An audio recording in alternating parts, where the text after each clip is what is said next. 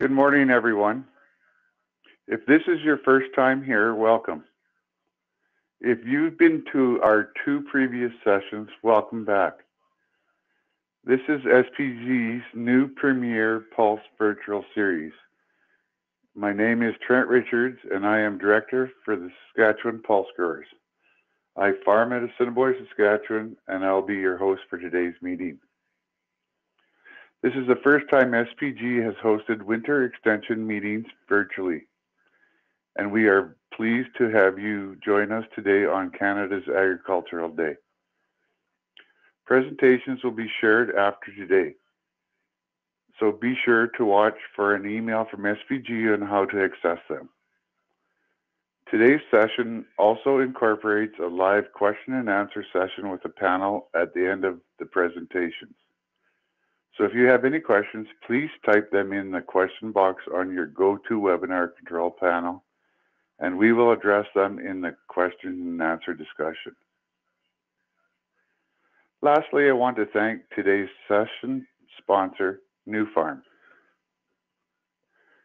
Thank you, New Farm, for your sponsorship. Today, we are opening our session with some welcome remarks from Allison Fletcher, Research Program Manager with SPG. Good morning, Allison. Good morning, Trent. Can you hear me fine? Yes, again. Perfect. So thanks for the introduction. I'm just going to give a brief intro here. So developing new crop options with the goal of at least one viable pulse crop for every arable acre of land in Saskatchewan is one of SPG's key strategic result areas. To ensure pulses are a profitable and sustainable option for all growers in Saskatchewan, we believe that fostering the adoption of minor crops like soybeans will be key. SPG is supporting these efforts for soybeans through a number of strategies and investments, and I wanted to highlight just a few of those things that SPG is doing specifically related to soybeans. Here we go. SPG has recently refreshed our research and development strategy, which guides the work and the investments we make in research, and now includes a more intentional focus on the biggest issues for growers. In the short term, we're focusing on getting the right genetics grown in the right places around the province, and determining and communicating the best agronomic practices for Saskatchewan pulses with an emphasis on weeds, disease, fertility, seeding rates, rotations, and harvest timing. We have and continue to invest in soybean research in order to better adapt soybeans to Saskatchewan growing conditions. SPG has invested over $230,000 that was leveraged for a total of $3.5 million into soybean breeding studies in recent years, with projects looking at short season food type soybeans, meeting the soybean protein meal standard in Western Canada, and investigating a new method for precise and reproducible phenotyping of the Phytophthora sojei isolates in soybeans. Additional SPG investments of over $800,000 were recently leveraged for a total of over $3 million in soybean research in projects including biological nitrogen fixation in short season soybean varieties for Saskatchewan, supporting western and northern expansion of soybeans in Canada, northern latitude soybean including physiology of yield formation and beating the cold, and strategies for effective and durable management of Phytophthora and root rot complexes of soybean. Soybeans were also included in intercropping and nematode studies and as part of a $2 million weed science project looking at the long-term weed management strategies. For more information about these and other soybean-related research projects, you can visit saskpulse.com/research. We know that we cannot simply produce more soybeans. It is also essential that we develop and diversify global markets and end-use opportunities in order to keep Saskatchewan growers profitable. SPG is working to advance issues pertinent to removing barriers and growing markets for soybeans in Saskatchewan, and we do that through a strategic partnership and membership in Soy Canada. Through Soy Canada, soybean growers have national representation, uniting the full soybean value chain from farm to marketplace. Soy Canada's work is focused on trade policy and market access for Canadian soybeans, government relations and industry profile building, coordination of soybean research and innovation, as well as supporting market development and diversification for Canadian soybeans. As we kick off our third Premier Pulse Virtual Series session today, we're thankful for the opportunity to still connect with growers and agronomists virtually this year. We look forward to connecting in person when we're able to do so again, but I'm confident that you will gain meaningful insights on the important topics today to either add or make soybeans a more profitable part of your farming operation. Back to you, Trent. Thank you for that update, Allison. And this flows nicely into our next session with Tom Warkentin, sharing some of the research and the work that has been going on with soybean varieties that are adapted to Saskatchewan's growing conditions and short season. Tom is a professor in the Crop Development Center at the University of Saskatchewan. He received his PhD in crop science from the U of S, and he is breeding field pea cultivators with an emphasis on agronomic traits, disease resistance, tolerance to abiotic stresses, and end-use quality. Welcome, Tom. Well, thank you very much, Trent. Thank you, Allison, for the introductory comments. Thanks, Andrea, for organizing all these sessions, and for all of SPG. It's my pleasure to be here. Can everybody see my screen okay? Yes, we can. It looks great, Tom. Okay, thank you. So, as indicated, my talk today will be related to our efforts on short season soybean breeding. And I'd like to begin by featuring the co-authors on this presentation. So first off, Ketema Daba. Many of you may have met Ketema. He did his PhD in our department with Bunyamin Turan and myself on a chickpea project. And he's doing basically the hands-on work of this soybean breeding effort at the U of S. Lori Friesen from SPG, Dennis Lang from Manitoba Ag, Rosalind Buchert is our colleague in the Plant Sciences Department, Anne Fu Ho at Ag Canada in Morden, Leonid Savage, Ag Canada in Ottawa, Louise O'Donoghue, who's working for Cerome, a breeding company, breeding nonprofit, I think, near Montreal, and Elroy Cover at Ag Canada in Ottawa. So briefly, I'd like to talk today about history of soybean breeding activities at U of S, some details about the breeding work, some of the physiology work that's going on, mainly led by Rosalind and Leonid, and some comments about protein. So go to the next slide. If we take a look at the objectives of soybean breeding in our program at the Crop Development Center, the words that I'm featuring are early maturing and high yielding. These are critical for the success of this crop, which is a new crop, not a big acre crop in Saskatchewan or Alberta. So the other bullet points are important too, but if we don't have early and high yielding, we won't get off the ground. Next slide. If you look at short season soybean in Canada, you see that it has been expanding, especially in Manitoba, where acres were fairly minimal 20 years ago and have climbed quite steadily. Same thing in the short season region of Ontario, Quebec. In terms of Saskatchewan, our history is very short, so we've seen a little bump increase and then a drop. So maybe that's not surprising when a crop is quite new in an area. Next slide. If we go back to 2013, we started a pilot project on soybean breeding based on funding from the cluster. It was called Growing Forward 2 in those days. It's basically funding through the federal government plus several industry partners. And in this case, it was managed by a group called CFCRA. And in that project, basically, I grew populations of soybean, early generation populations developed by Elroy Cover, who is at Ag Canada in Ottawa and is leading a large-scale soybean breeding program that's been running for 30 plus years. So myself and Anne Fu Ho at Morden grew these populations, made selections that fit our given regions. And I think that small pilot project was fairly successful. We found some promising material, and that has led to our current work. Go to the next slide. Another project that was running overlapping with the one I just mentioned was funded by Genome Canada and led by François Belzile and Richard Bélanger at University Laval. And this, of course, being a genomics project, had fully a genomic approach to, in this case, yield and disease resistance in short season soybean. And that project was recently completed. I want to just share a few of the results that came out of that work in the next few slides. If we click ahead.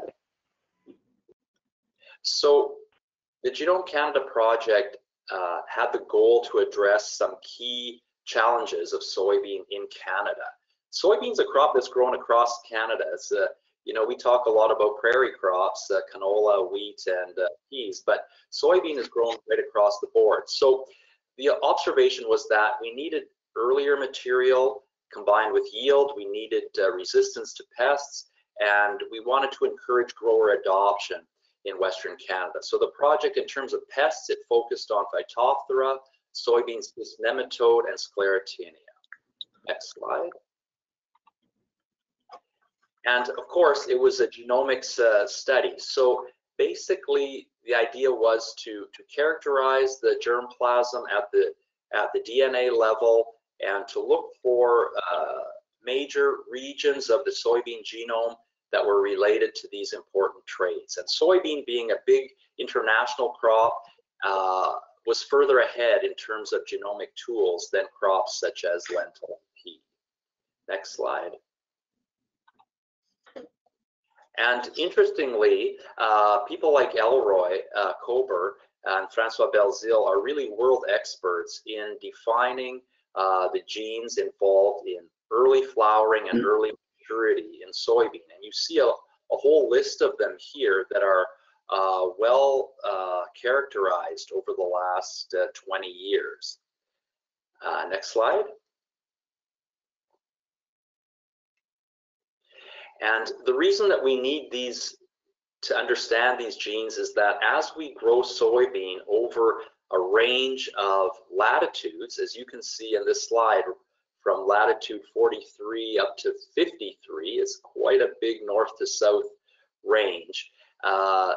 You need sort of optimal maturity packages, optimal alleles in the soybean varieties, so that they'll flower on time and mature on time at these various locations. And you see 8 different dots on this map, and these are the regions in which we grew a whole set of soybean germplasm and looked at how these different maturity packages translated into actual maturity and actual yield. Next slide. One output of the project was a good marker related to Sclerotinia resistance. Sclerotinia is a disease of many crops, including canola, of course, and pulses, and soybean. And it's going to be a disease that's important in conditions where it's wetter. Anyway, so one output of this project was a good marker related to Sclerotinia. Next slide. And secondly, a diagnostic tool for Phytophthora. So Phytophthora is a root rot pathogen. You can think of it a bit like clubroot or Phanomyces. And so in this project, a tool was developed to identify which pathotypes of Phytophthora were most present in given soils or given farmers' fields. And next slide. So just to close off this part about Soyagen, as mentioned, there was many groups involved in supporting this effort, led by Genome Canada, Genome Quebec, and Western Grains Research Foundation, and you see many groups, University of Saskatchewan and Saskatchewan growers among that list. Next slide. And click, please. So the project that's in progress right now in our group is again under this cluster arrangement, Canada, agricultural partnership running from 2018 to 2023. And again, the goal is short season conventional soybean breeding. We say the word conventional because both my program, our program at the University of Saskatchewan, Elroy Kober and Louise O'Donoghue's programs are more or less focused on non-GMO soybean breeding. It's not to say that lines that arise from these research projects couldn't be converted into Roundup Ready if desired in the future. So this project is what I'll describe now. If we go to the next slide. So basically, we had 3 separate soybean programs, one led by Elroy, one led by Louise, one led by Tom and Katema. And we basically are combining our work under one heading. We're all aiming for short season variety. The program led by Elroy and Louise are focused on 00 and 000 maturity groups, whereas our program is really focused on 000. And if you're not familiar with these maturity groups in soybean, as you go to more zeros, it means you need earlier and earlier maturity to fit the region. And as an additional aspect of it, both Elroy and Louise are sending some populations to us each year, and we make selections. In some cases, we send plants back to them. In other cases, we just run with them under our conditions. Non-GMO emphasis, increased protein emphasis, and early maturity genes validation are part of this. We go to the next slide. This project is supported, as I mentioned, through the CAP program, so major funding from Ag Canada, and then several other partners listed here, alphabetical order: Atlantic Grains Council, Grain Farmers of Ontario, Manitoba Pulse and Soybean Growers, Producteurs de Graines du Québec, Saskatchewan Pulse Growers, and CCAN. Next slide. So an update on, for example, what did we do in 2020, which of course everyone knows was a challenging year, but yet we still had a fairly full program. We had 3 lines in the Saskatchewan regional trial for conventional soybean varieties, 24 lines in F6, so that's probably the generation before going into regional trials, 72 lines in F5, 200 lines F4, about 1,000 F3 progeny rows, most of those directly from crosses that we made, but some arising from crosses made by Ag Canada and Sarome, F2 populations, and a bunch of new crosses made by Katema. Next slide. One little snapshot of some output from one particular trial. This is what we call our elite trial. This is the F6 generation, which we grew at 4 locations. And if you click 3 times, please, Andrea, you'll get a little bit of animation coming up. So there's these numbered lines that all start with an X. So these are promising lines arising from this work, reasonably good yield, pretty early maturity, equal or earlier than Leroy, which we know is an early maturing variety. A low percentage of green seeds in the sample. That means those plots matured quite well. And hilum color of 7 or 8. And hilum is the attachment point of the seed to the pod. And the 7 and 8 mean a light hilum color, which makes them suitable for food uses in the future. Next slide. Katema developed this slide. These are correlations. He's good at stats. I just highlighted 3 correlation for interest.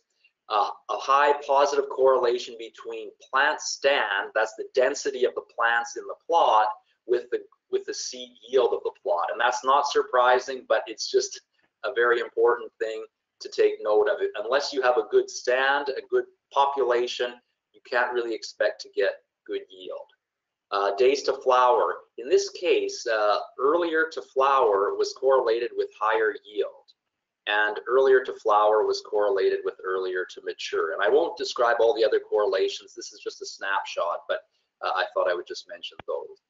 Next slide.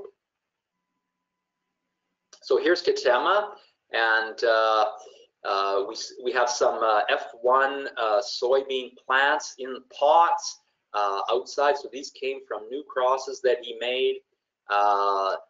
They were later moved into a poly house to mature, and finally, when we were going to get that frost in early September, they visited my garage for about 3 days, so they wouldn't be exposed to frost. And then, anyway, they came to maturity, and we got good yields off of those plants, which are really precious because they're F1, and so those will be F2 seeds in the field this year.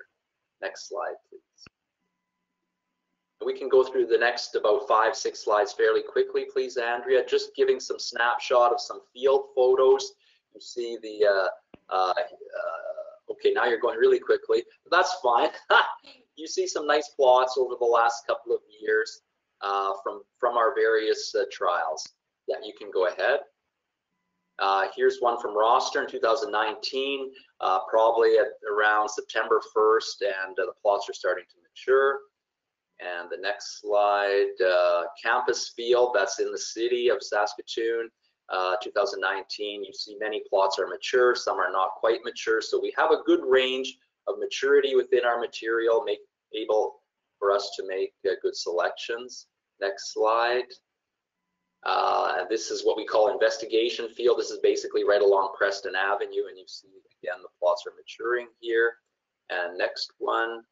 At Kamsack, we had plots at Kamsack in 2000, up until 2019. Last year with COVID, we decided we wouldn't go there.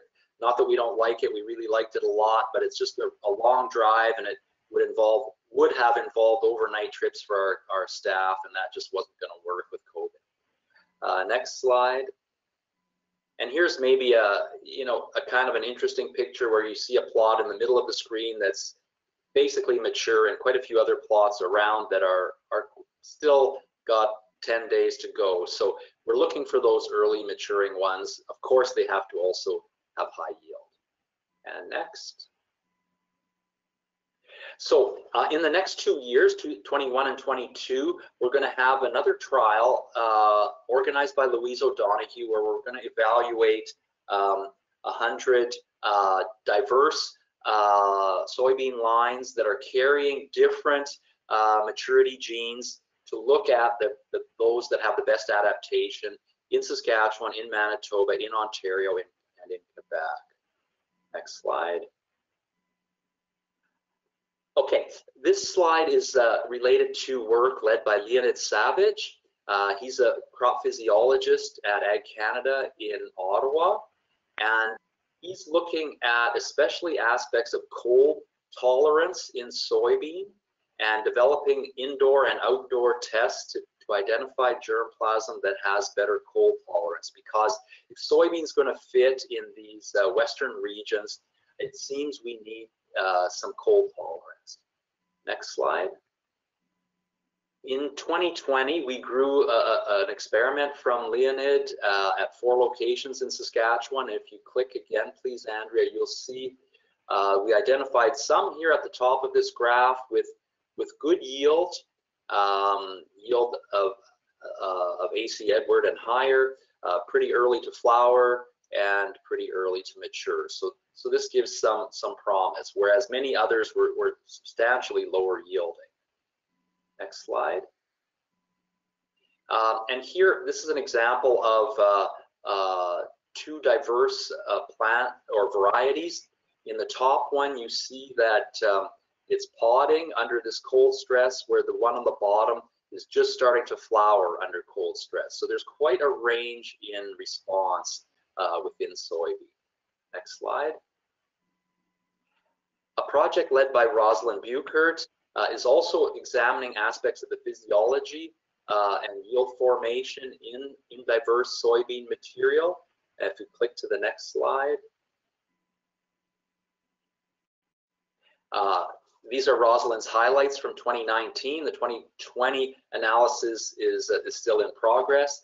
In 2019, it was a bit warm or a bit dry and not quite enough heat, but Anything above 4.4 degrees C led to growth and corn heat unit accumulation. A basic story is that 00 and 000 material, most of that matured, but some of the later maturity 00 or maturity group 00 did not mature in 2019. Irrigation, of course, was beneficial for yield, and the earliest flowering varieties produced the most yield, and basically maturity group 0 was too late for Saskatchewan. There's going to be the temptation to plant later maturity because you have a chance for higher yield, but you have to really be cautious about that, because if you pick later maturity and you don't get enough days before frost, you might get burned, and then you'll actually have much less yield. You won't have 0 yield, but you'll have much less. Next slide, please. So these are folks working with Rosalind, and if we click one more time, one interesting tidbit to note here is related to harvest index. So harvest index means the proportion of the above ground plant material that's seeds compared to the total above ground material. And so basic story was that at each of the 4 locations, the earlier, the 000 type material had a higher harvest index. So you had more seeds, more pods than you did just stems and leaves. And so that's probably a signal that we want to go with those 000 types. Next slide. Just a reminder, Tom, we've got about 5 minutes left here. Yeah, I'm going to wrap up quickly. So a couple of slides here about yield and protein, and I just wonder if you can see enough detail here. Basically, these next few slides are from Elroy Kober, and he looked at yield versus protein. Yield on the vertical axis, protein on the horizontal axis. From soybeans, a set of the same 24 varieties grown at 8 different locations in Canada over 3 different years. And basic story was that in some trials you had quite high yield, other trials a little bit lower. But if you look sort of left to right from a horizontal point of view, you have a fairly good spread of protein at most of the locations, which is kind of interesting because we do hear that protein tends to be lower in Western Canadian sites. And specifically in the Saskatoon trial here, you see in 2018 we had relatively low protein, but in 2019 and 20 it was reasonably good. What I think may have happened is some kind of an inoculant failure in 2018. Go to the next slide.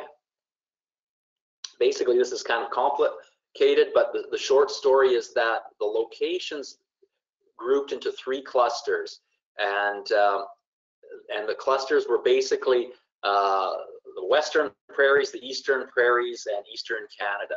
And certain varieties stood out as being best in each of those 3 regions in terms of the amount of protein yield per hectare. Protein yield meaning multiplying protein percent by grain yield to get protein yield. Next slide. And this slide looks at how much protein yield came from fixed N and across different latitudes. So for example, over here at latitude 52, this is Saskatoon, you see in 2018 we didn't get a lot of protein yield from fixed N, but we did better in 19 and 20. And next slide. That's it. I want to acknowledge funding from many places, which I've mentioned earlier in this talk, from the staff that have conducted a lot of these trials, both in the field, in the lab, administratively, and thanks to collaborators, acknowledging the University of Saskatchewan, acknowledging the various field trial cooperators and farmers on whose land we grew the trials in Treaty 6 territory in Saskatchewan. And I think I've got one final slide to wish you well for 2021. Thank you for listening. Thank you very much, Tom, for your informative update on the breeding and research that has gone into Saskatchewan soybean varieties. The work that you and others continue to put into variety development for this small acre crop will help diversify acres for pulse growers in the future. If you have any questions for Tom, please type them into the questions box on your dashboard and we will answer them during the live Q&A at the end. Next, it's my pleasure to introduce Glenda Clezy. She is going to address some of the key agronomic practices that you can do to increase your soybean yields to target yield stability. Glenda is a regional grow team advisor with Federated Co-operatives Limited, where she's bringing her expertise in agronomic communications, training, technical marketing, application technology, and research project management to the role. She has a biology degree from the University of Western Ontario and a degree in agriculture from the University of Saskatchewan. Welcome, Glenda. Thank you. Am I coming through okay? Nice and clear, Glenda. Okay, thank you so much. And thanks, Tom, for building into what we're going to talk about here today.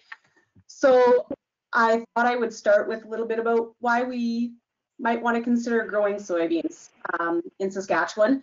So just a few points about what's good about soybeans is standability. They do like moisture, so if you're in an area where you have good moisture or high water tables, soybeans is a pulse crop option for you. They are a non-host for Aphanomyces, so again, as Allison mentioned, as we're trying to find nitrogen-fixing crops for all the different acres and areas where Aphanomyces is a problem, soybean could be a potential option as part of the rotation. There are weed control options available. If you want to spread out your workload, later maturity can help spread out harvest.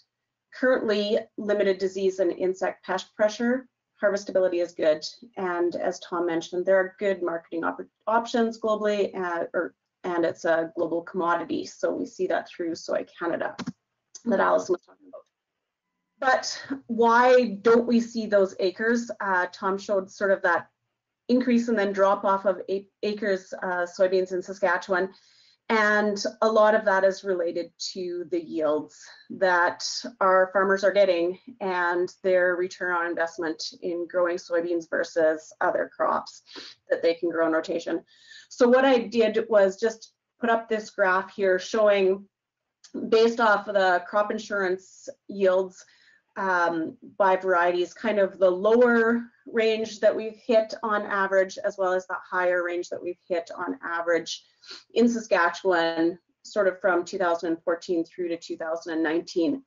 And so you can see we can get some okay yields, but we also can get some low yields. And that's where, for some producers, they're seeing soybeans as a risk and opting to grow some other crops, and that's where we're seeing those acres drop. And so what do we need to do to get those yields back up for our growers? And I think Tom talked about lots of great work that they're doing. The other thing that we have seen that can impact dollars in marketing, again, Tom mentioned, is the soybean protein content. And so as you move north in those latitudes and west, we do tend to see a trend for protein content dropping. And you can see that here, that Western Canada does tend to bring down the overall Canadian trend versus Eastern Canada in terms of protein content, which means that for export, they're blending, and that's extra. Like Tom mentioned, we can get decent protein levels. So here as an example, in the 2017 regional variety trial sites, where we did have some sites that were getting up to 35% moisture on a 13% moisture basis. We really would like at that red line around 33. But there are sites often where we've seen protein down in that 27% range, and that can be a hindrance for marketing for those producers. So if we look at what that economics really means to our growers, this is pulled from the 2021 Ministry of Agriculture guide.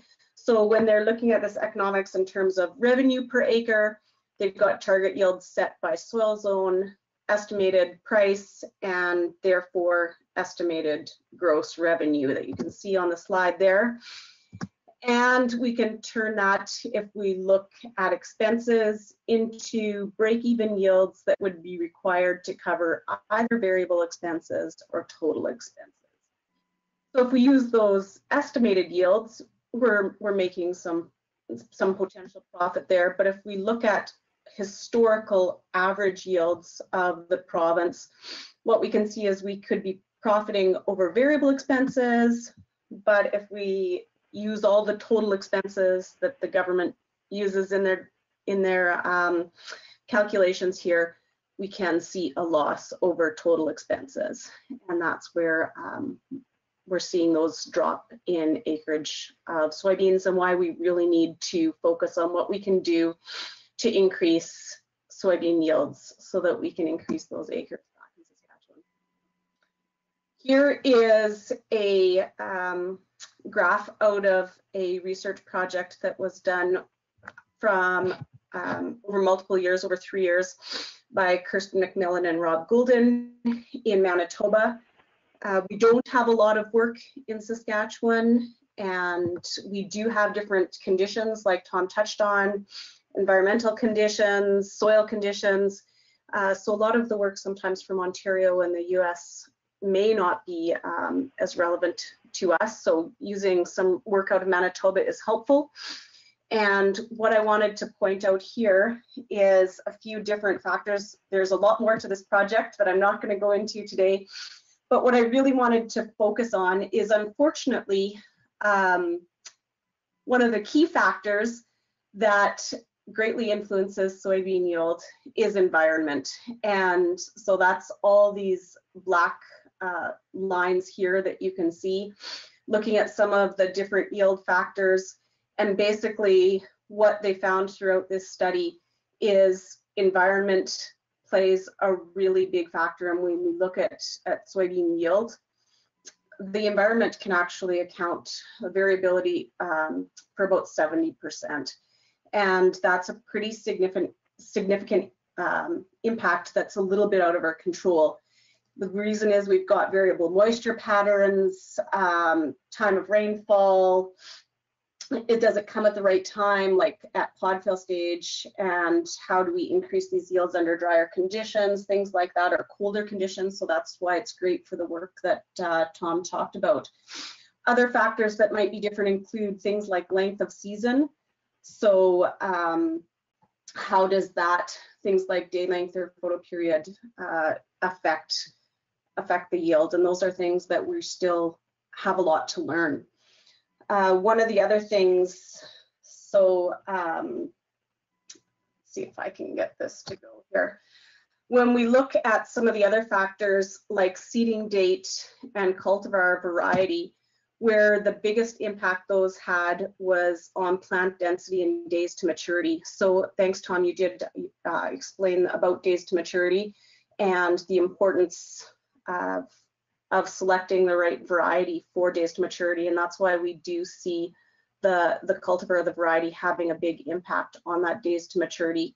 So it is important to make sure that you are selecting the right variety to grow in the area that is going to make it to maturity. The other thing that's interesting to note here is there are some environment by seeding date and environment by cultivar factors. And the biggest ones, again, are plant density and days to maturity, but also protein. And I think, Tom, some of your charts may have included that as well, that depending on the year, the environment, and the cultivar, we can potentially impact protein that way as well. So it's a little bit of a trick on the protein side where it's impacted maybe a little bit more by the environment and variety together. The other thing that came out of this study is the impact of rainfall or the drier sites. So it's typically the drier sites that had the lowest yields, and also correlated to the water deficit during pod and seed fill, resulted in smaller seed size or smaller 1,000 seed weight. And so what we're finding is that moisture deficit right at pod fill time is potentially decreasing that seed size, which can impact overall yields. So it's really that the importance of getting moisture at seed fill. So just to kind of highlight that those different factors, drought, time of rain, maybe sclerotinia, all related to moisture impacting our yield, as well as this type of season that we're growing them in. So the length of the season, how long can we grow frost-free, the amount of daylight we get, and the temperature. We want to have a look at that.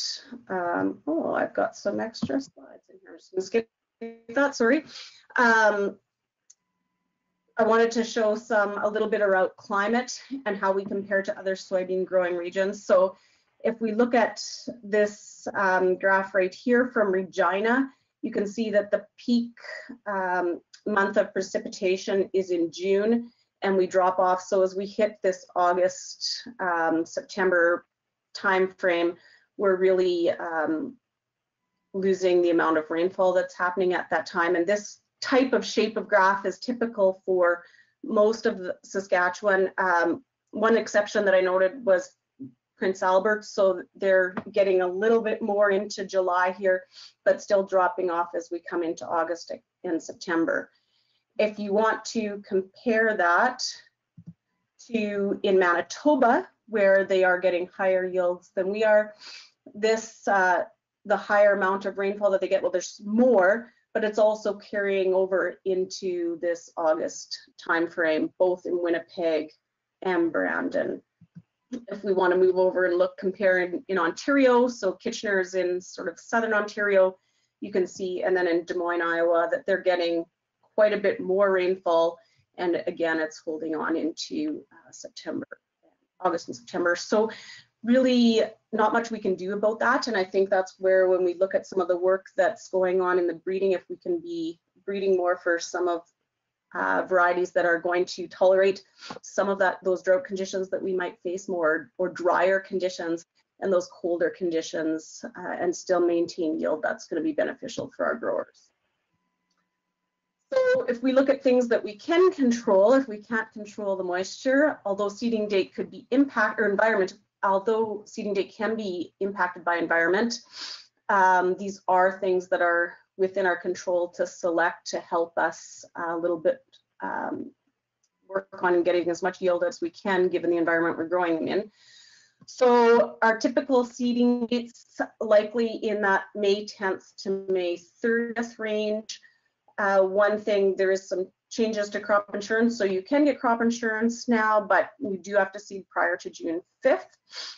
We hear a lot about critical soil temperature for seeding soybeans being at that 10 degrees Celsius, but also important to get as many days of growing in as we can. So there are cases where we're seeing more and more about people going in a little bit earlier than 10 degrees Celsius. What is important is the amount of moisture and the temperature of the moisture in the soil at that time, more so than the soil temperature itself. So there are guys that are seeding when the temperature is a little bit cooler, but there's a warming trend and no cool rainfall or potentially snowfall in the forecast, so that the water that the seed is imbibing once it's in the soil is not cooled. Some of the studies that have looked at the impact of soil temperature basically have shown that if you do get the soybeans in the ground and the temperature's not warm enough, basically they'll sit in there until the temperature warms up anyways. So there is a fine line between taking advantage of getting in a little bit earlier versus the time that they're actually going to emerge.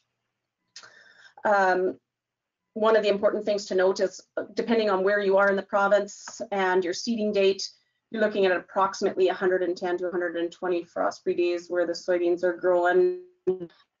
And saw from some of the charts that Tom put up, I have an average of about 118 days to maturity for soybeans. Tom had some, especially look at some of those early maturing varieties that they're looking at down to 112, but potentially up to 121. So we're definitely pushing the limits of our frost-free days, and that's why there is a relationship of maturity versus yield. So it is important to make sure you're using the right maturity, but maximizing that maturity, so you're maximizing the amount of vegetative production and getting those potentially extra nodes, like Rosalind noted on some of those earlier maturing. If we get them in too late, we just might not get enough vegetative growth to maximize pods and seeds for maximizing yield. Some of the other important agronomic considerations, as it's tied to yield and potentially protein, is fertility modulation, basically the use of inoculant. So in the picture on the left here, you can see where there's a plugged run of inoculant. So inoculant in this field anyways, for clearly an impact on what I've noticed, and you know, some of the other agronomists may have seen this as well, is that with soybean production in Saskatchewan over the times, I've seen fields with amazing nodulation, you know, just big nodules looking really healthy, and other fields, even though they've been inoculated, with not a lot of nodules present. And I don't know why that is.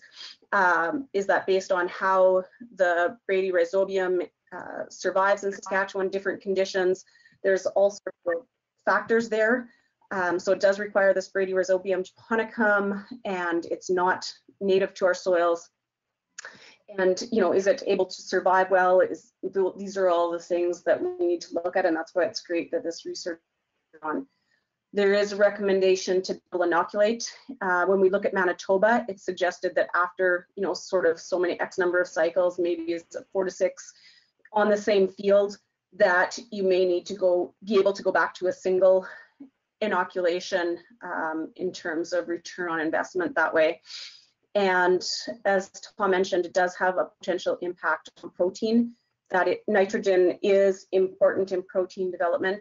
And is it possible that's why some of our protein levels are low, is because we're just not getting the nodulation that we need to maximize yield and proteins. So I think that's, again, something that we need to look at a little bit more in Saskatchewan. There has been some work done, so this is from Chris Hosopfel at Indian Head, showing that inoculant rate, or the use of a granular inoculant, is important versus no inoculant, especially to maximize yield. The other thing that I think we need to look at a little more in Saskatchewan to maximize yields is the fertility that we're using with our soybeans. They are an oil seed, and even though they are nitrogen fixing, a lot of people, I feel, seem to think of them kind of like we look at things like peas and lentils, where we look at them as maybe needing less inputs than they really do. And so if we look at soybeans here, they do require a lot of nitrogen, phosphorus, potassium, and even sulfur. So if we figure this out, for a 40 bushel per acre soybean crop, you're looking at 34 pounds an acre of phos, 56 of potassium, and 7.2 of sulfur removed. So it is important to make sure that we're getting the fertility down that soybeans need. And some of the work has found that they aren't great at even taking that up the year of the soybeans. So it might be important, if we know that we're planting soybeans in rotation, to get some of this fertility down the year prior. The other thing is some of the work has shown that the maximum seed place phos safe rate is about 20 pounds per acre. So, pardon me, it's important that we have some additional phos if we really want to maximize our yields. This again is just some work from Chris Hosopful at Indian Head showing, from the field level, the drop off in yield as we increase seed place phos, because it is causing damage, and soybeans are sensitive to that fertilizer toxicity in the seed row. So we talked a bit about fertility and nodulation being really important agronomic considerations. Rotation is another one that people will ask about, and I know Manitoba's got some good work on soybeans and rotation there, but part of the rotation considerations are the stubble type and the impact on soil temperature. So those are some of the things to think about. Again, tying back into, can we get the seed in the ground a little bit earlier and maximize the length of the growing season for the soybeans. Other agronomic considerations, again, that I think need a little bit more work on are related to pod height. So some of the losses we're potentially seeing in terms of yield are based on pod height and the ability to harvest all of the seed that's produced, because the pods are quite low to the ground. Best management practices with seeding may have an impact there, and are we maximizing that? The other thing, another important agronomic consideration is weed management. So soybeans, like peas and lentils, can be very sensitive to weeds. Their critical weed-free period is right from prior to emergence up to about the V6 stage, and that's some work done in Ontario. But we do have weeds that can be of concern, particularly volunteer canola and kochia. As we look at kochia management with group 2 and potentially group 9 or glyphosate resistant kochia, this is going to be a more important weed to look at moving forward as well. So making sure these are the things that are in our control, that we're doing something about it. So here's some important weeds to consider, and this is what can happen to your soybeans if you are not managing something like volunteer canola well. So significant impact on yield. Depending on what we're using for other chemistry in our rotations, it's important to note that there are some products that soybeans are sensitive to and can impact yield as well. What is nice is there's lots of current herbicide options, and I saw on that list at the beginning that the updated SAS Pulse herbicide option sheet is there, along with some around inoculants. So have a look at those if you want to see really what's available, but just highlighting there's different modes of action, different groups, and a fair amount of products that are available for herbicide options, in addition to potential options depending on the traits that you're growing. I don't have a list here, but we really don't have any varieties to date for Saskatchewan. In terms of disease risk, I think Tom touched on Phytophthora, and so if you are concerned about that, again, there's just still work going on to see what we have in Saskatchewan in our soils, but your best management option really is going to be based on the variety and genetic resistance there. And then seed treatment for some of the other diseases that can affect seedling blight or root rot in soybeans. We do see some foliar leaf diseases, but important to note, so far, most of the foliar leaf diseases are rarely yield limiting. So far, we don't need to worry about fungicide options for those. But like Tom mentioned, Sclerotinia is one that's important. So as they're looking at breeding potentially some for some protection against Sclerotinia, that will be helpful. But it is something to note or keep in mind, including looking at your inputs, that you are accounting for potentially a fungicide application for Sclerotinia, depending on the environmental conditions, because it can definitely cause lodging and therefore yield loss. So just to continue about agronomic considerations that are in our control, disease, we touched on Sclerotinia. And then there are insects of concern, and I believe John's going to talk about that right away, so I am going to skip over that and leave that up to John. So I think I'm going to kind of wrap up and just really highlight some of the key things that are going to affect us in Saskatchewan in terms of return on investment for growing soybeans. And really the key is maximizing yield. And part of that is maximizing protein so that we can get the best price and the best market for our soybeans. So some of the things we're going to need to consider are the adaptability of soybeans to things like drought, time of rainfall, season length, daylight sensitivity. So a lot of that work that is ongoing, and cold tolerance. So same thing, that work that's ongoing. Can we seed earlier? How does it impact plant development with cold nights?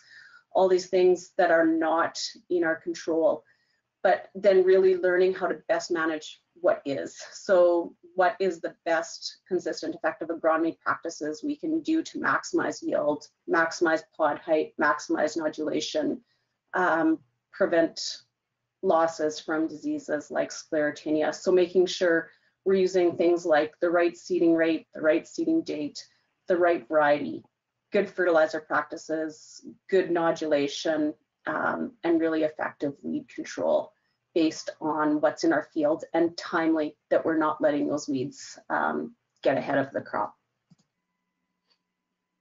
And that is what I have to say. So unfortunately, not everything that's within our control, and we certainly have a lot to learn on growing soybeans in Saskatchewan, and looking forward to seeing more acres as we learn more and have more varieties suitable for Saskatchewan.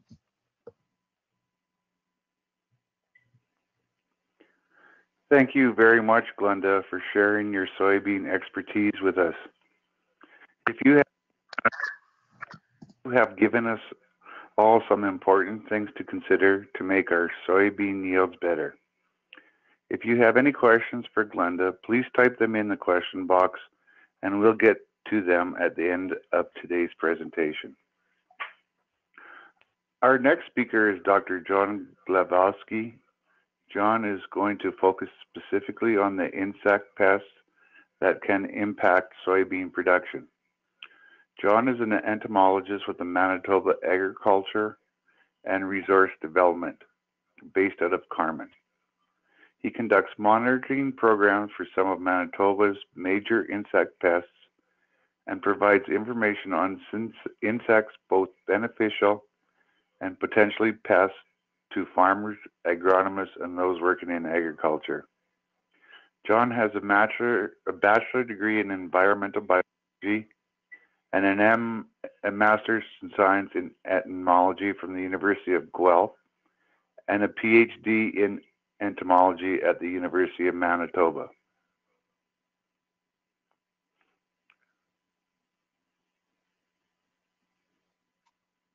Welcome, John. Okay, well, thank you very much. And thank you for having me on this Premier Pulse session. And just to start off with, I'll mention that in Manitoba, soybeans aren't necessarily a minor crop. In fact, we've had over 1 million acres the last few years. And we've had a few years where we have had insect issues. So we do have a little bit of experience dealing with flare-ups of certain insects. So what I'm going to do is I'm going to go over a few of the key insect pests in soybeans. Now, before I get into it, I should note soybeans are actually really good at compensating for insect feeding. So if you have defoliators like thistle caterpillar, grasshoppers, any of the later season defoliators, canola produces more leaves than it needs, and it will start retaining some of the older leaves rather than senescing them when there's defoliation happening. And it is actually very good at compensating. So as I go through, I don't want to leave the false impression that your soybean plants are super sensitive to insects and you need to be out there spraying, because that's not really the case. And we'll go over when it is good to be managing insects and when it's not. What I've listed here are what I consider the top 6 insect pests of soybeans. And the numbers to the right indicate, if I had to rank them, this is what I would put as the ranking based on our experience in Manitoba. Soybean aphid, not always an issue. In fact, there are more years when we barely see it than it is of an economic issue. But when it is a problem, it can really flare up. We'll get into that a little bit. So that can be a big issue. Cutworms early season, they're your biggest early season concern, really. And number 3 on the list would be grasshoppers. We've had several dry years in a row, and that tends to flare the grasshopper populations. So last year there was a bit of spraying going on for the grasshoppers. Those are probably the top 3. And we'll be covering all of those. I won't be covering spider mites, and I'll touch briefly on wireworms, thistle caterpillars as well. And we're also going to cover something that's not an insect, but a nematode, something called soybean cyst nematode, just to round things off as well. And I'm going to start with cutworms. So this was right up there, number 2 on my list. And again, probably the biggest early season concern. Now, when we talk about cutworms, we're not talking about a single species. We're talking about a complex of different species. And this is where things can get a little bit tricky. You've got some, like the dingy cutworm, here on the left of your screen. Dingy cutworm is what we call a climbing cutworm. So they will come out of the soil at night, and they will nibble away at the leaves, the young seedlings, and then they go back into the soil during the day. They don't do a lot of clipping like some of the other species. So when you're scouting your field during the day, you see the foliation, you don't see any insects, and it can be really baffling what has done this early season defoliation. If you're kind of caught in that dilemma, start poking around some of the damaged plants and see if by chance it's dingy cutworm. They have what look like tire tracks that run down the back of their body. I refer to them as tire tracks or a V-shaped pattern. So that will identify them as dingy cutworm. Now, another species that we can find on soybeans is redback cutworm. And these two are a bit different. Redback cutworm is a clipper. So they will, when they get to be bigger caterpillars, they will start clipping plants, and they leave that telltale sign that there's been some cutworm feeding here. So usually you put the pieces together a bit quicker. Yeah, there's been some cutworm activity. The other difference between the two of them, dingy cutworm overwinters as a partially grown larva. So when the plants are coming up, they're already larvae waiting to feed, whereas redback cutworm overwinters as eggs. They hatch out, so their synchrony, their cycles are a little bit different. And we have seen in recent years both of these species at high levels in Manitoba. And if by chance your field seems to have both of them, then it just seems to be a really long, prolonged cutworm season. So get out there early and look for cutworms. As far as trying to predict when they're going to be a problem, this is really tricky because people have tested out pheromone baits for cutworms.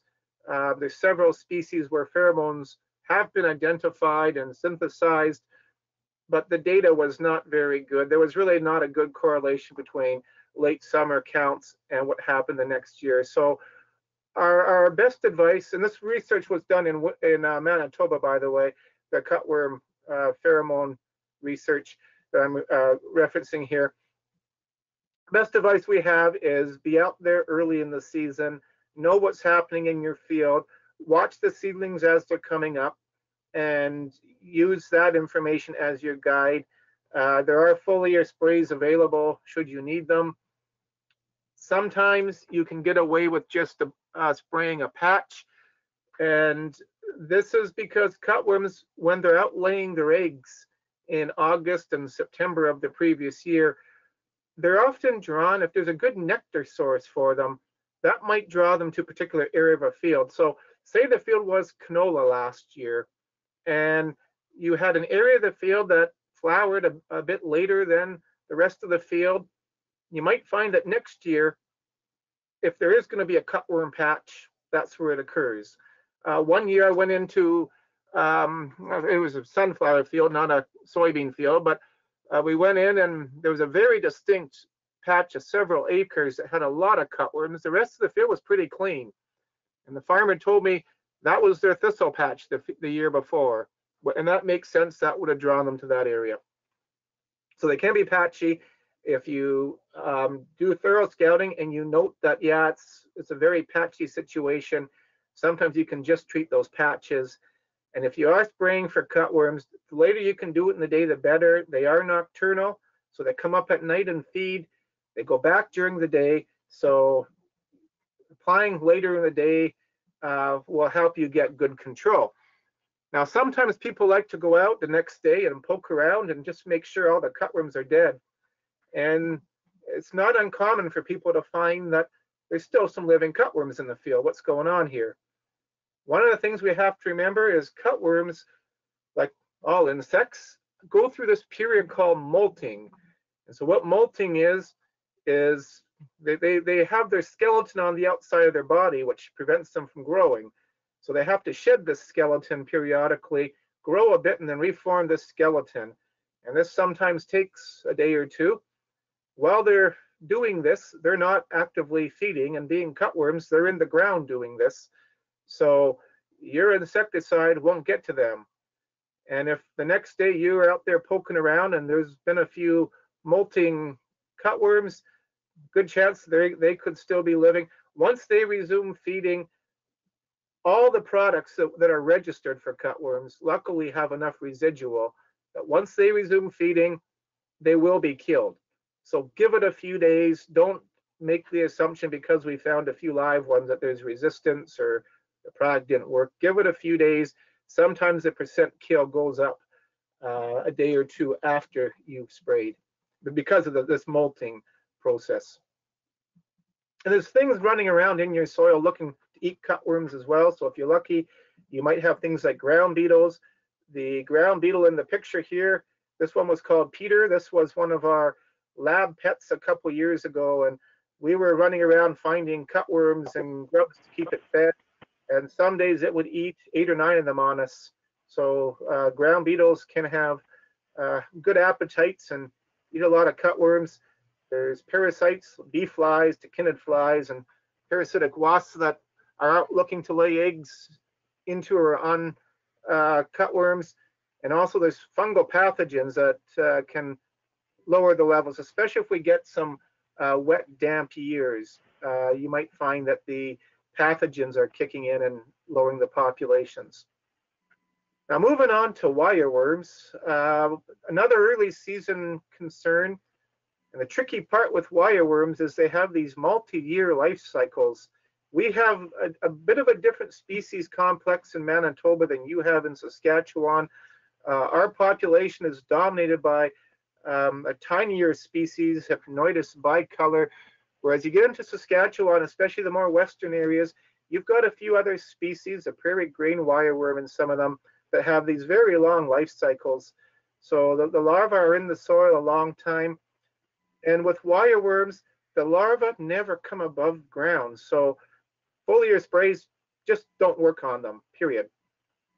So for control options, you can try to seed so that you get really quick germination and early growth. So seeding as shallow as is recommended for the moisture levels can help, and proper packing and anything that gets quick germination and early growth, seeding into warm soil, they can all help. If you're struggling with the field that has had some wireworm issues. As far as the seed treatments go, I've listed a few of them here. Lumiderm is a new one. You're probably familiar with this from canola. It's now registered in soybeans as well, but in soybeans it's registered for wireworms. So a bit different than the canola registration. There's Fortenza, similar chemistry as Lumiderm. Cruiser, probably one of the more popular ones for wireworm management. Alias, Sombrero. Now, I should mention all of these products don't do a good job killing wireworms. They intoxicate them, they make them sick, they don't feed for a period of days, weeks. Your plants get off to a good start. So you've reduce that early season wireworm feeding, but you haven't really killed the wireworms because they tend to recover from this early season toxicity that these insecticides provide. So in this case, the insecticides in these seed treatments aren't really killing the wireworms. So if you've used a product like Lumiderm and the other pulse crops like peas and lentils, dry beans, Lumivia is a similar, it's not the same chemistry as Lumiderm, it's in the same family of products. It works the same way, it's intoxicating them, making them sick. So these products aren't killing them. So don't be expecting that next year that field is clean of wireworms. You still need to keep an eye on it. There are some new products on the market that actually kill wireworms. Taraxa F4 in your cereals and potatoes and corn growers. You've got Semigra, that's new on the market. Those products kill wireworms. They're not registered in soybeans. So maybe down the road, you'll actually have something that kills the wireworms. Now, when you're poking around looking for things like wireworms, be careful with your ID. On the left in my screen is wireworms. On the right is a type of fly larva. These are called Therivid larvae.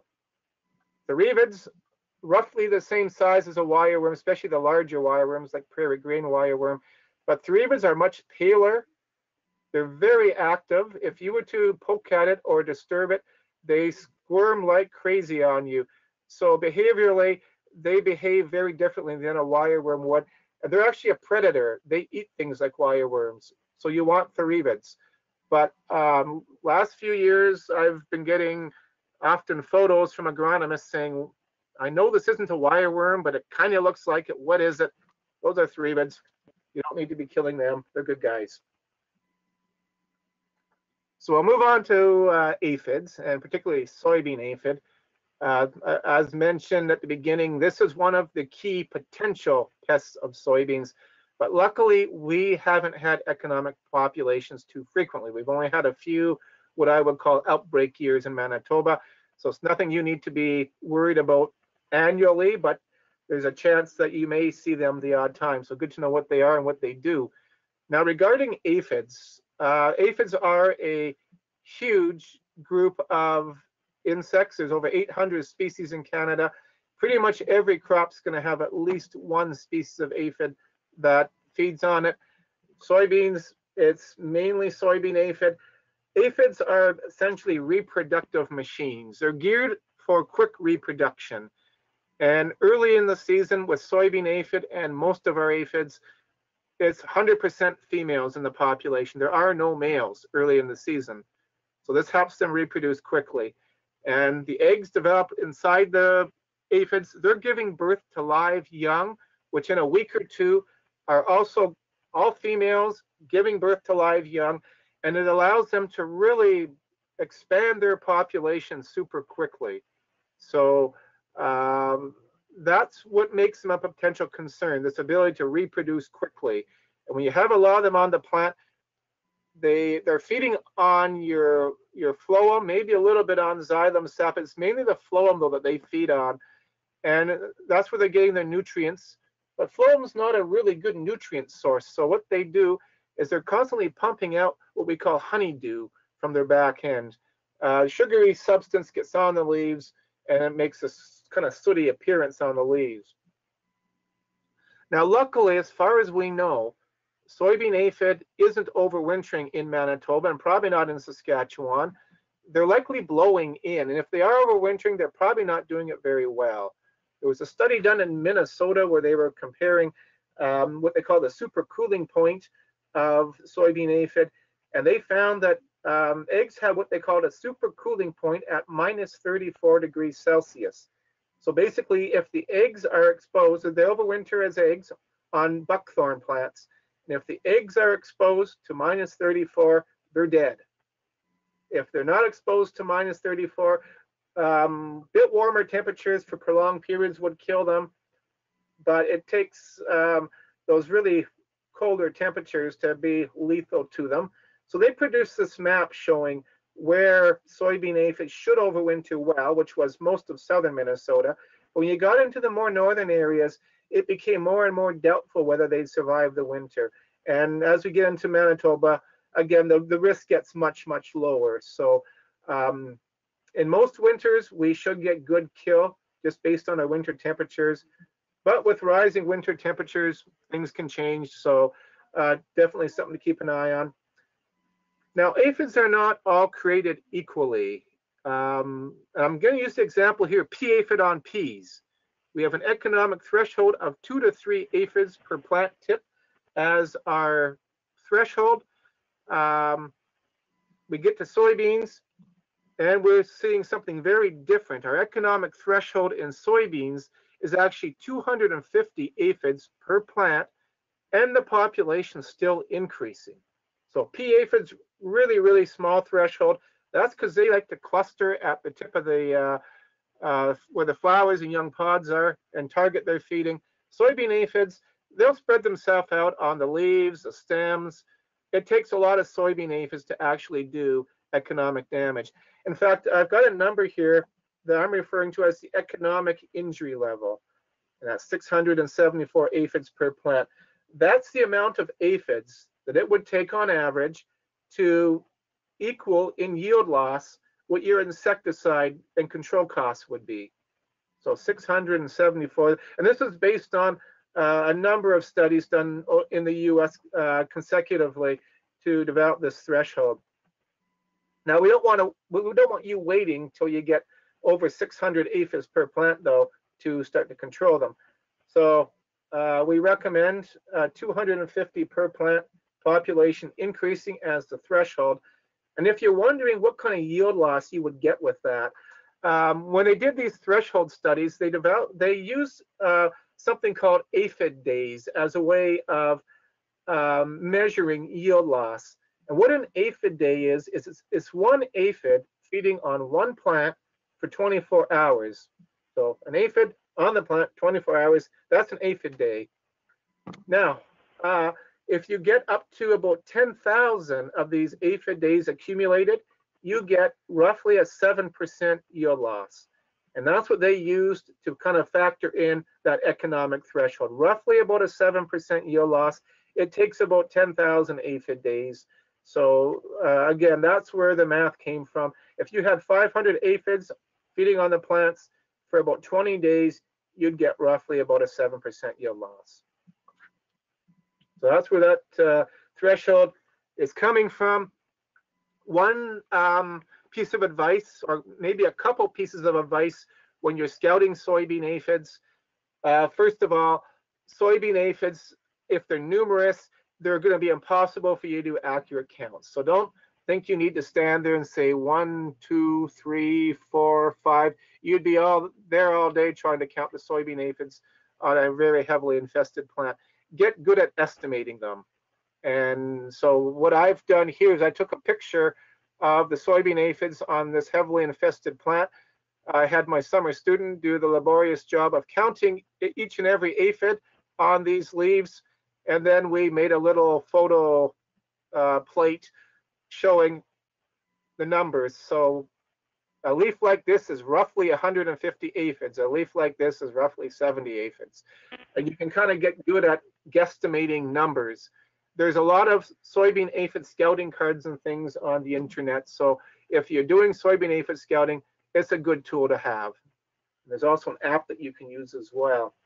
The other piece of advice I have regarding scouting soybean aphids is if you are out doing the scouting, don't be looking for heavily infested plants to do your counts on, because if you're doing that, you're biasing your counts. Randomly pick a plant and then count what's ever there. Don't be looking for a plant with a lot of aphids and then doing your counts on those plants. That'll be biasing them. And I'm not going to get into details here. I'm just going to mention there's foliar insecticides. There's several available. There's even a selective insecticide now on the market, Safina, that kills nothing but aphids. That's registered for soybean aphids. Seed treatments, we don't recommend them in Manitoba. We very rarely see soybean aphids coming in till July. Something like Cruiser on the seed. It may be areas where they overwinter. It might help protect from soybean aphids. We're skeptical that it'll do much in Manitoba. And there's a lot of natural enemies things like this lady beetle here. This is a lady beetle larva. A lot of natural enemies that eat soybean aphids, and sometimes soybean aphids can seem to be getting towards threshold, and then populations crash because of natural enemies. So that's something to consider in your scouting. Now, painted ladies. Glenda had a slide with a painted lady caterpillar. Actually, a thistle caterpillar is what she probably had it referred to as. That's the proper name of the caterpillar. The adult stage are called painted lady butterflies. Same insect, two names. This is what the butterfly looks like. They don't overwinter anywhere close to the Canadian prairies. They overwinter in the southern US, places like California, Arizona, into Mexico. When populations get really high and dense in those areas, they actually do this purposeful migration north. And they will, some years, move into the Canadian prairies in big numbers, and you get a lot of their caterpillars around. Other years, we rarely see them. So again, it could be a hit and miss thing. Now, first of all, their caterpillar is called thistle caterpillar. Its favorite food is actually thistle. They will feed on soybeans. They definitely will, and they can do damage. But if there's any thistle patches nearby, they'll probably clean them up first. And in fact, I actually had farmers ask me, is there not a way we could rear these things and keep them here? They clean up my thistle patches really nicely when there's a lot of them, which is definitely true. But again, once those thistle patches are gone, they will feed on soybeans. And one year I actually went out to a field where a farmer did have some thistle issues, and his thistles were loaded with thistle caterpillars. He sprayed out the thistles with a herbicide. They started going out his soybeans, and he did have to patch spray the soybeans. They weren't touching the soybeans when he had thistle in his field, but as soon as the thistle was gone, they were on his soybeans. And I've seen the same situation with roundleaf mallow, where in a soybean field, they were all over the mallow, not even on the soybeans. They actually did a lot of feeding on the mallow. He never did spray the field. They seemed to stay on the mallow, and there was enough of it. They didn't touch his soybeans. If they are on the soybeans, they do make these silken nests, and you get a lot of feces getting trapped in it. They are a big, very visible caterpillar, and they do their feeding on those upper leaves often. So it's very visible, and it looks really disturbing. But as mentioned at the beginning, soybeans are very good at compensating for defoliators. So unless you're getting 30–40% defoliation overall on the plants, you probably don't need to be controlling these. Most years, the plants are going to compensate for the feeding quite well. There are exceptions. One exception being a couple years ago when we had severe dry conditions and we had a lot of thistle caterpillars. There was a lot of feeding happening, and there wasn't the moisture there for the plants to compensate well. So you can get situations like that where control might be needed. Just a reminder, John, you've got about 4 minutes left. Awesome, and I'm on to my last topic here. So we're going to switch from insects to nematodes. Nematodes are actually a whole phylum of animals. They're not insects. There's good nematodes and there's bad nematodes.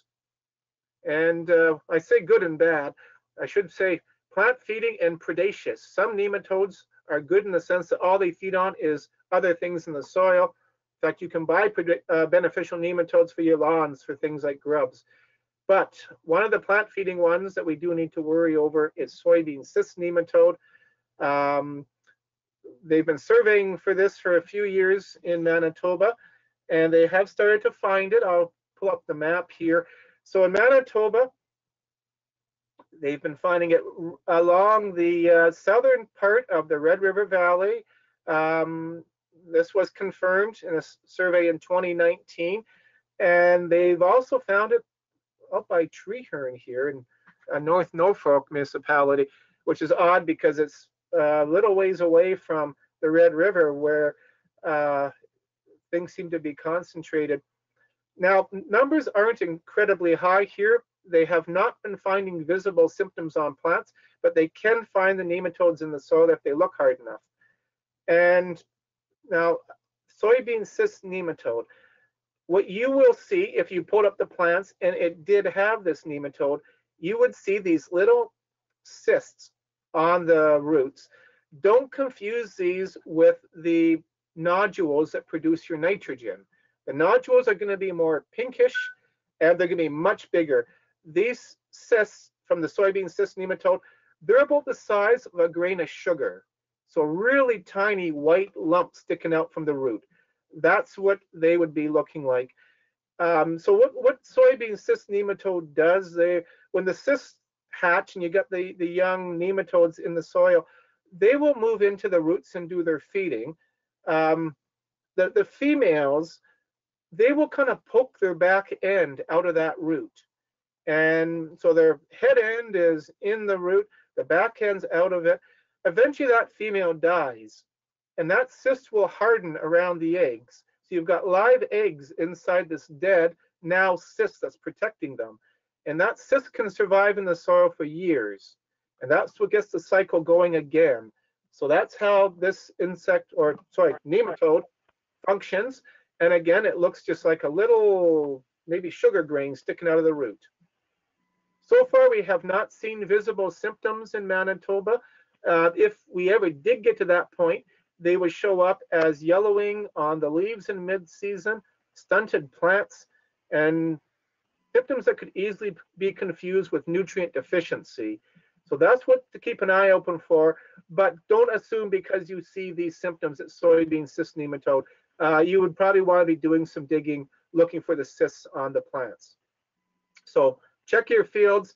If you do think you might be having it, I would consult somebody who could verify this for you. First of all, for management options, we would encourage people to rotate your soybeans.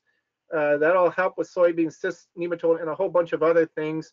And if you needed to, there are soybean cyst nematode resistant varieties that you could use.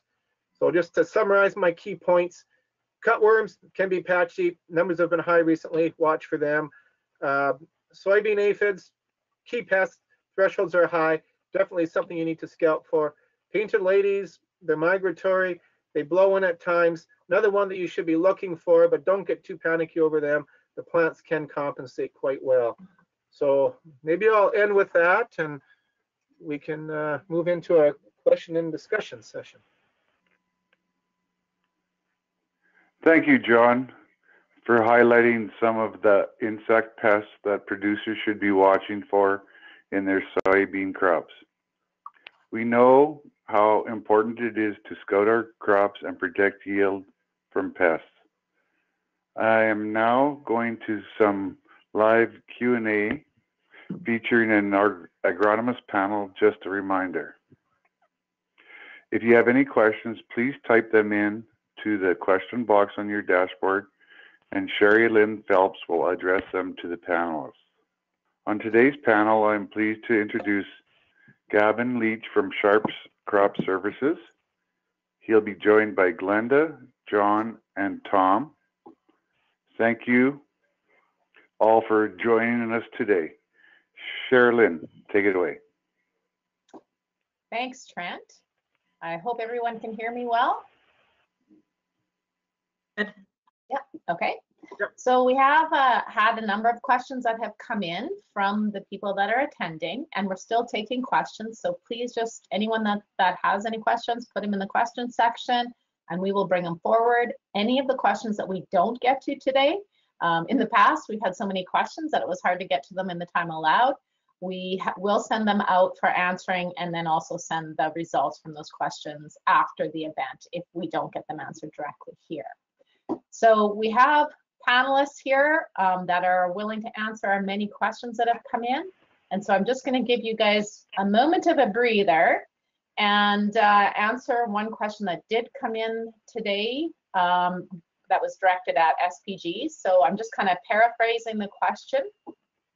What strategies has SPG taken in regards to the non-licensed varieties being a huge part of the acres in Saskatchewan and only being eligible for lowest grade possible as per CGC standards?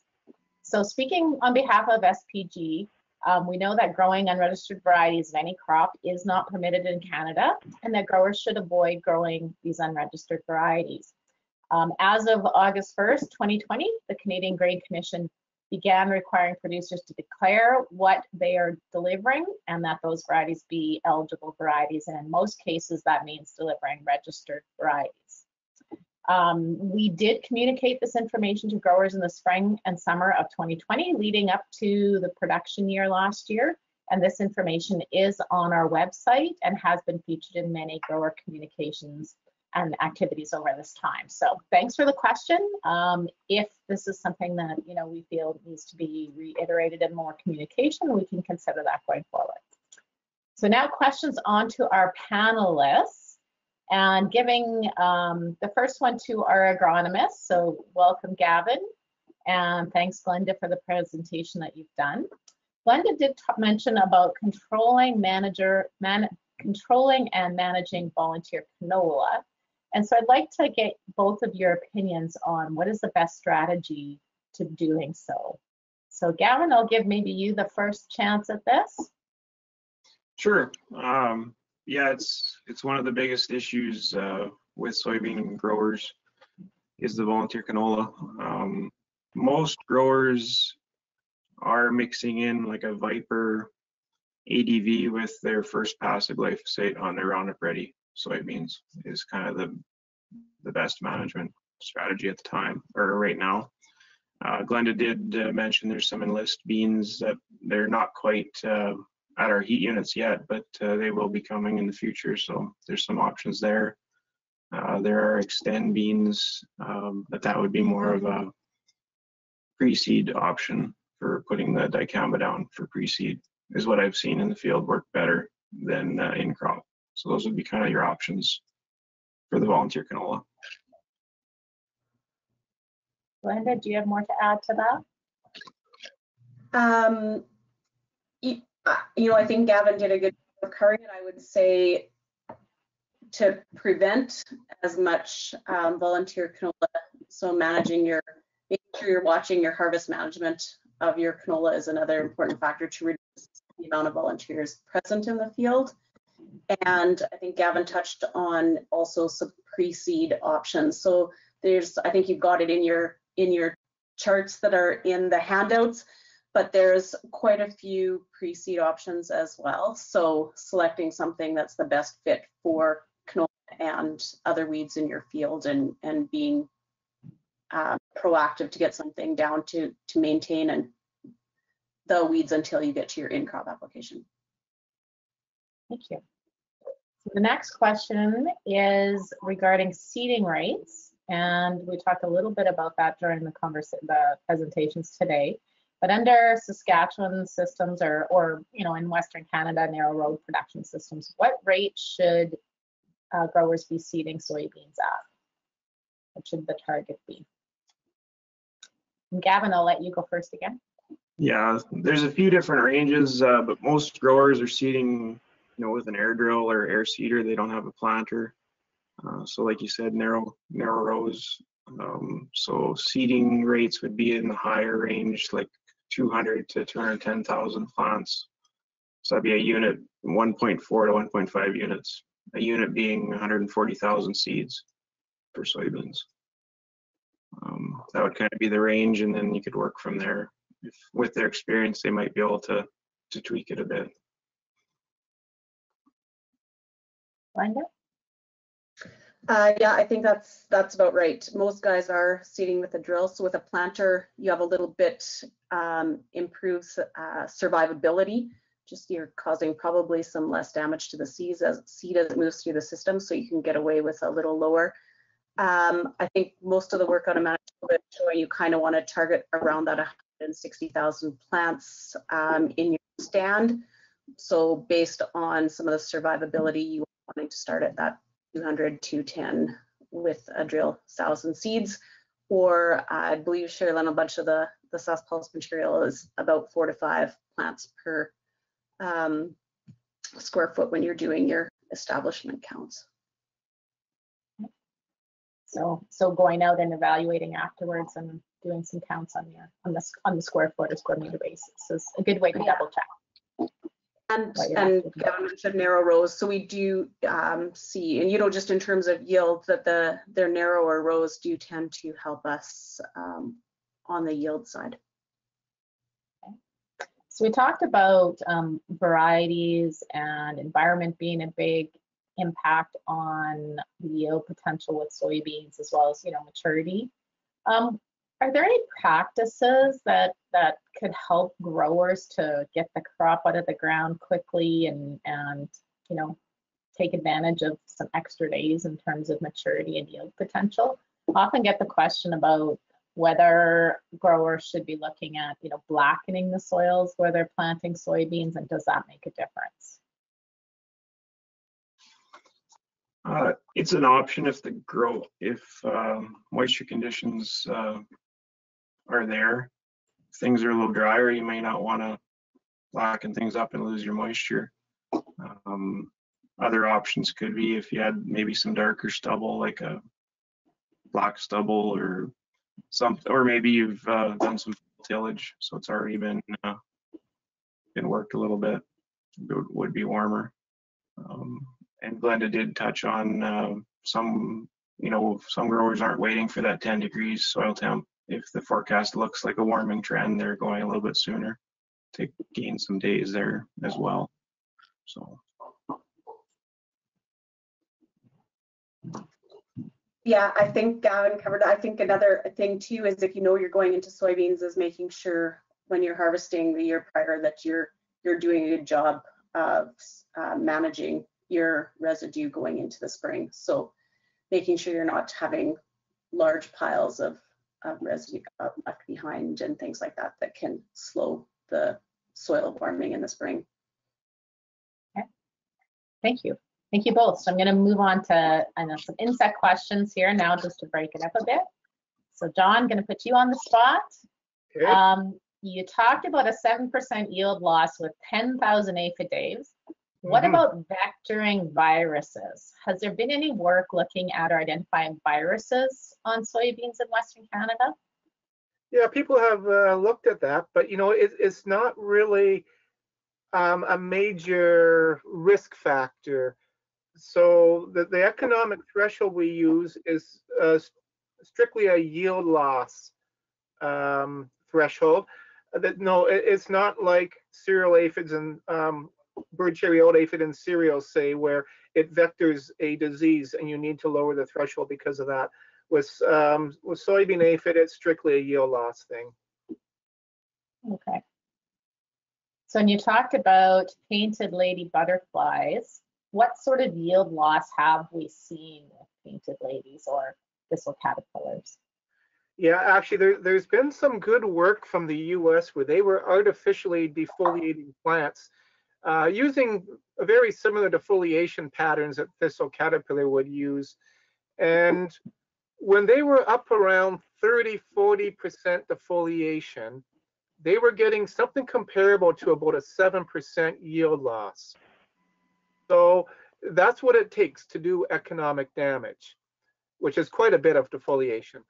And a couple years ago, we did have a year like that where because the plants weren't growing because it was dry, I would say some of the fields were getting to or over that 30 to 40%.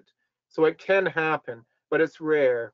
And there's been a couple years that I can remember where it was probably legitimately worth spraying some soybean fields. Other times, I think what happens is because the defoliation is so visible, people will spray when they're probably still below what is the economic threshold. So as you mentioned, these insects are kind of moving in from the US where they're overwintering. Is there any monitoring going on to kind of predict when we're going to start seeing them come in, or is it just once they start showing up, they're there? We don't put out pheromone baited traps or anything like that with painted lady butterflies. They do have a purposeful migration. It's like the monarchs. They're not just being blown in by winds. They're purposely migrating But no, there's no, you know, to be honest, they're not really considered a major pest of many crops. Soybeans, maybe sunflowers are considered more moderate to minor pests. So people really haven't put the time into developing monitoring program, forecasting programs. The best we really do is we have this network, our entomology extension network throughout the central and northern US and into Manitoba. And we have these conference calls every 2 weeks over the summer. And so if there is a migration happening, sometimes just through that network, people will start reporting them in some of those central and more northern US states, and we know they're coming, and we can alert our growers. So I will get out advice in my weekly Manitoba crop pest updates, letting growers know they're coming, and they can start looking in their fields. But other than that, we really don't have a monitoring network. Okay, thank you. So I'm going to switch gears here again, and Tom, I believe, is on the panel here with us as well. Yep. Awesome.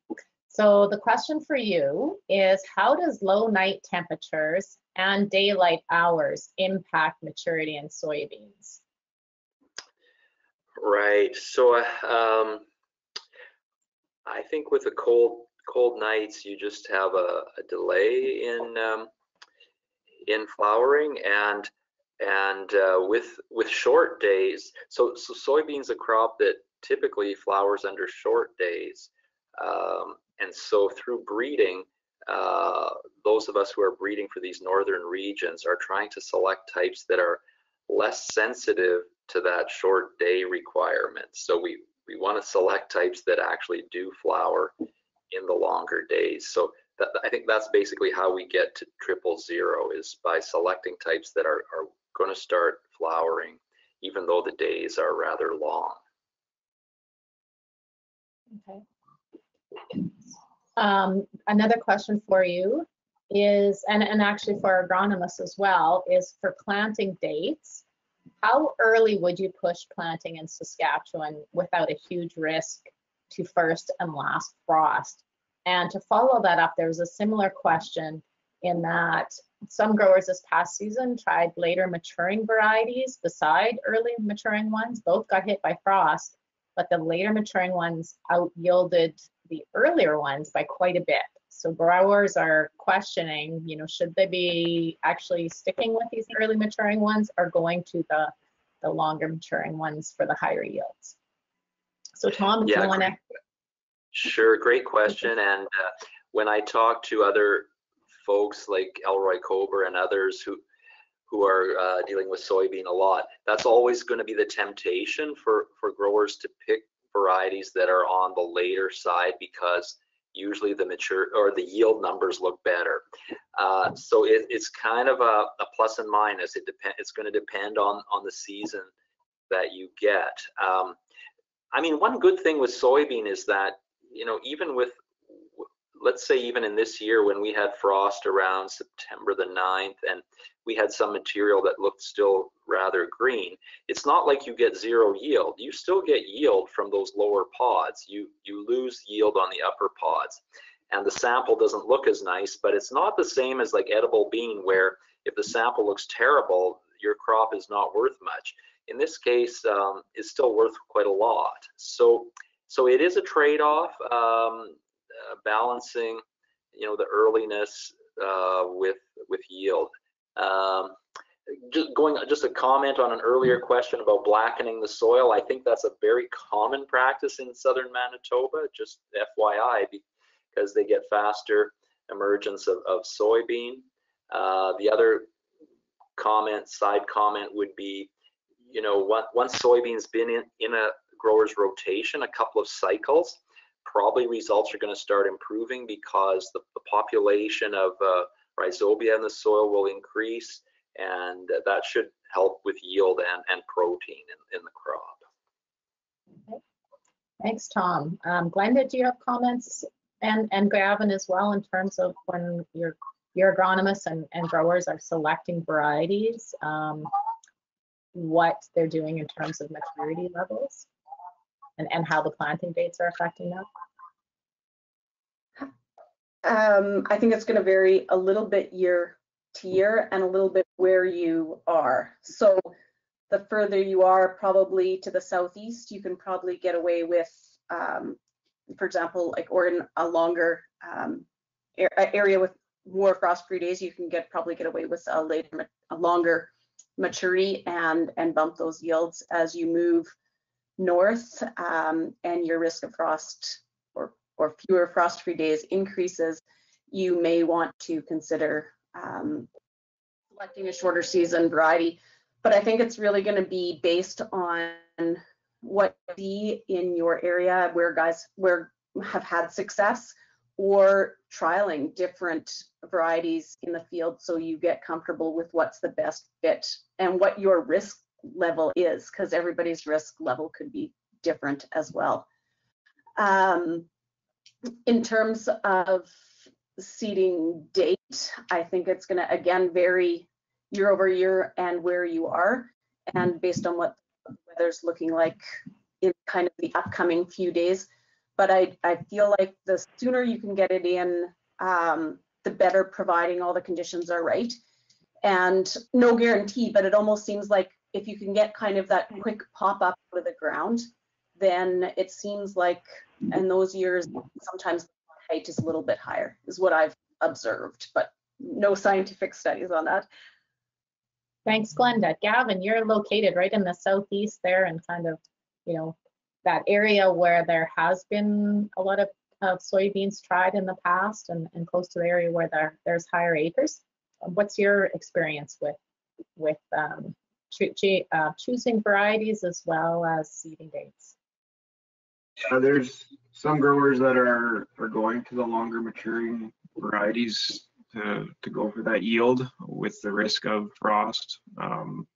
It would be more, you know, if you're in your second, third year of growing beans. If you're a first year grower, I'd probably stick to something a little bit, you know, a 0009, something like that. That way you're guaranteed you're going to get something. And on your acres, you know, if you're a decent amount of acres you're looking at, I'd still maybe do one early maturing and one later. That way you spread your risk as well. So, you know, depending when you're going to get your rain, if it shuts off at the end of July, well, your early maturing might do better than your later maturing. So, and as for seeding date, yeah, I would say the sooner the better, as long as conditions are there. So if make sure you're ready to get them in the ground, and when the conditions are there, you can get them in the ground. Awesome, thank you guys. One more question for Tom. Do you think the higher harvest index linked to the 000s is due to above ground material just being more dry or mature when they're sampled?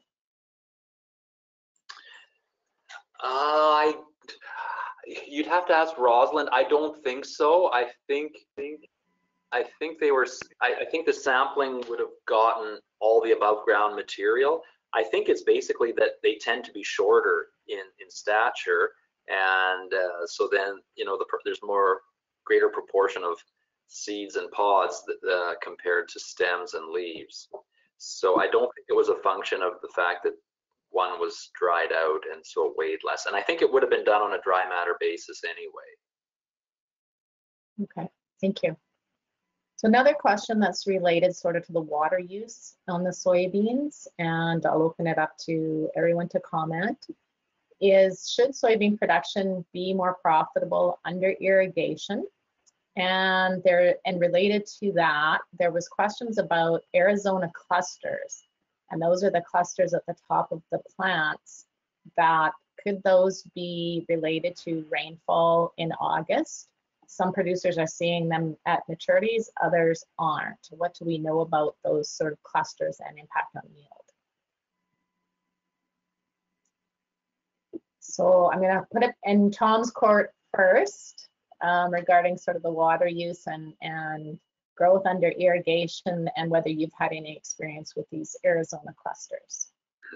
Okay, well, I would say growing under irrigation definitely should be beneficial in most cases, because those nice graphs that Glenda showed about precipitation and how in most of Saskatchewan, it's dropping off in mid-July and onward, and soybean loves to have water from mid-July till end of August, let's say. So I think irrigation definitely would be, on average, a benefit for yield. I never heard about Arizona clusters, so I'll let someone else talk about that. Okay.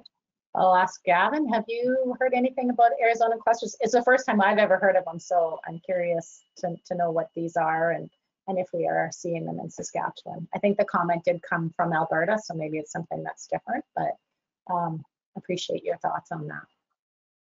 I haven't heard the term Arizona clusters, but I do know if the conditions are there, you get a late rain where the crop is still producing seed, you will get clusters at the top where you're going to have more yield, and it will drive the yield. It's another 15% or more going yield. So, and on irrigation, yeah, I would see there's a benefit there. You just have to start watching disease, and that would become more of a factor. Okay. Glenda, do you have something further on these? Thanks, Gavin. I'm with Gavin. I haven't heard the term Arizona clusters, but you do see those clusters of pods at the top. Where I am, typically those don't result in seed or yield, although we get lots of questions about them. But under the right conditions, it's certainly to fill and impact yield. Typically, I see them freeze off prior to much production. In terms of irrigation, I would agree with everybody else. In theory, that if you get the water right and the timing right, you should be able to drive yield. And growers that know what they're doing with soybeans have seen that. But I have seen also in some of those fields where management maybe up until the fall isn't the greatest in terms of things like weed management, might be based on the soil factors, things like that. So it's important to make sure you have everything done right throughout as well, if you really want to maximize return from that irrigation. Well, thank you guys. That wraps up our questions. We did actually get through the questions this go round. So I want to thank you very much for your participation in this panel. At this time, I will turn it back towards Trent. Thank you again to Gavin, Glenda, John, and Tom for sharing really relevant and important soybean information with us today. That wraps today's session. Thank you again to New Farm for sponsoring today. Next week's session will feature pulse market updates for all crops. So if you haven't registered yet, visit the SaskatchewanPulse.com website and find the registration link under the Events tab.